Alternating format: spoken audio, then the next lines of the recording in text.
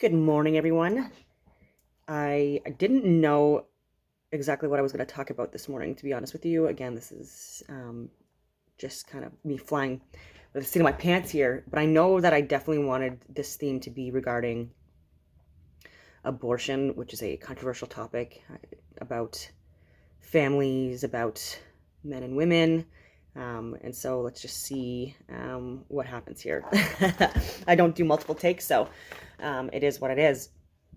Everyone has a different view on things like abortion, and I do have my own personal stance, and I am pro-choice. And I know there's people on both sides. Obviously, being pro-choice means that um, I am pro for women making the decision to terminate a pregnancy if it's warranted. And so, and for things like rape, I do agree that women should have that should be a decision that they're able to make. And the reason why I say that is because there's so many different reasons, and I get a little, I don't know, almost overwhelmed trying to have to like explain kind of what I always felt was kind of very obvious. And and just regarding men and women, we as women are the more vulnerable biological sex.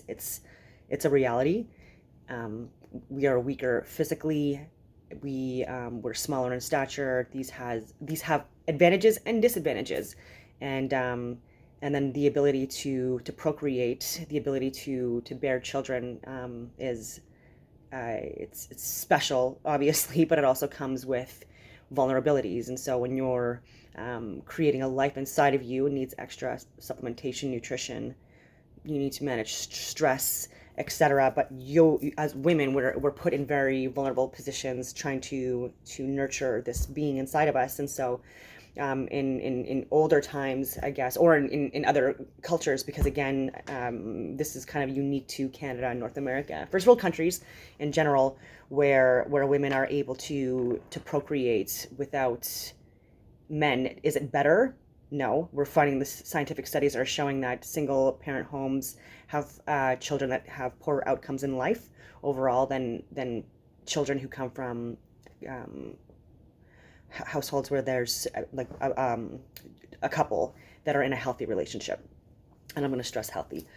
And so yeah, again, I'm already going on like these crazy tangents because there's just so much to explain in such a short period of time. And again, because of social media and lockdowns and all these other things that are dividing society, we're not able to have these conversations face to face in a meaningful way. And yeah, these are important points. And so yeah, so women are being vulnerable, and so and it's been throughout time too, right? Like if we're like from other prey, from other men, from other maybe stronger women, you know what I mean, that may want to hurt us or harm us, um, when we're during that period of creating a life inside of our body, and then even afterwards as well, because there's a recovery period, obviously, um, and again, it makes us more vulnerable because we're recovering. Okay, and so these are all fairly obvious points in my opinion, but it's lost that now that we live in such a comfortable society with shelter and fire, water, all these things that keep us comfortable, we really aren't appreciating just kind of like where we were at like not too long ago and where we could go back to, because again, there are many other countries that still um have tragedy and conflict and war and strife and starvation and all these awful things that we in Canada don't generally experience or see.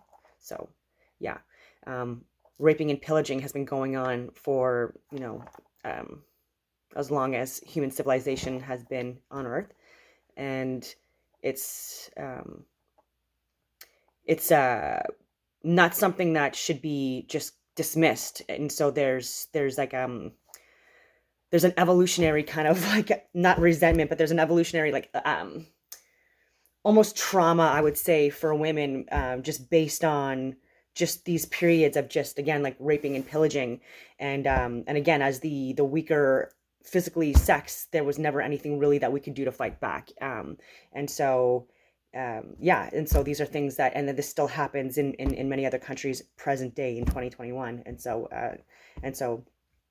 so yeah, and these were always a way for groups to repopulate and have control over those areas. And so there's a lot of power that can come with making that choice. For example, if this was a different situation where, like my village or my tribe was just, or my town or whatever you want to call it, was just kind of taken over by another group, and let's say the men were not able to protect the women because of war or whatever that was going on, and women, and men were in battle, there's still the high probability, or at least there has been throughout history, of of men going through and again raping and pillaging. And um, and the reason why many women did try to terminate pregnancies is because they felt they were doing it for the betterment of humanity and for society, because they felt that this being inside them was evil, and would come out evil and would do evil things. And so it's not something that women took lightly. They honestly would, like, oftentimes risk their lives if they attempted to terminate the pregnancies, um oftentimes dying because of, because of poor outcomes. And this is why there's so much more to this. And again, Canada is great now, but it could still fall. Like, we are kind of, I feel like, degrading as a society and as a whole right now anyways. I feel like we're losing our humanity, and again, because we're dismissing things like this, we're dismissing very real facts, and I don't understand why we're doing that. So yeah, again, with that, and so yes, there's going to be times where men and women are going to make mistakes for whatever reason, and having unprotected sex, or the birth control method that was used, failed for whatever reason. When there's discussions of abortions or terminating pregnancies in those kind of periods, I do feel like absolutely the men and women can have the parents can have a discussion on what is going to happen with the child, throughout.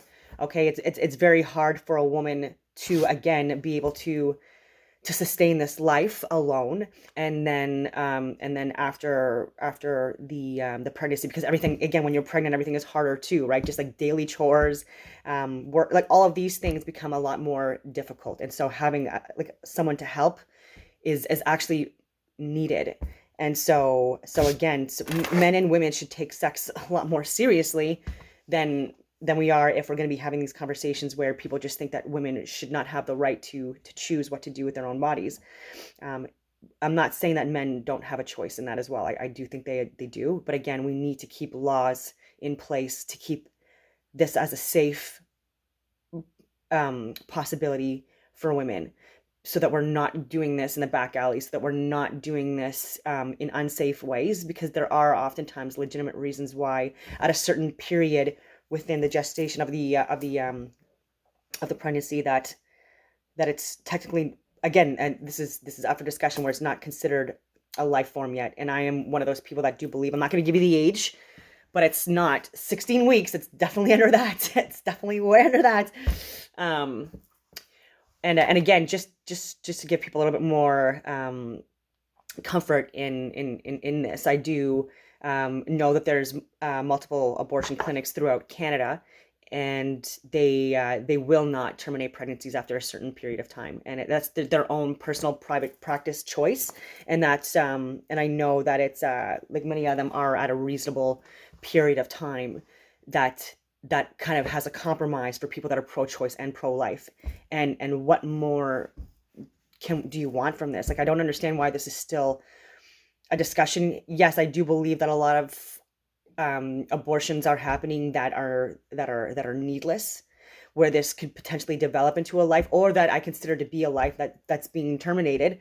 But again, I have no business um, judging people for the choices that they make without understanding the reasoning why, etc. And that's why that applies to me with things like with vaccines as well, or other therapeutics, etc. I do feel like it's a very individual choice. I feel like even if it's the wrong choice, that's my point to this. It should still we should still be allowed to have that, the opportunity to choose in a free country, in a first world country where we have the means and the ability to assist men and women with things like this. Because then also on the other side as well, there are also women that can potentially say that they're using birth control and not using it, or sleeping with multiple men at the same time, and not knowing who the father is, and potentially men raising children that are not theirs. And so again, there's a lot of stuff that needs to be kind of like sorted out and filtered through. But I feel like these are all conversations that need to be had, like, amongst adults, and remove ego, remove bias, remove there's so much bias and subjectivity in politics nowadays, where, like, I won't get into that, but I'll just keep it at that for now. I wanted to just give like a little discussion on abortion, and just give like maybe like a new kind of not even a new perspective, but like a different perspective than what's being kind of thrown online. And then just yeah, just kind of think about it. Anyways, I hope everyone has a great day.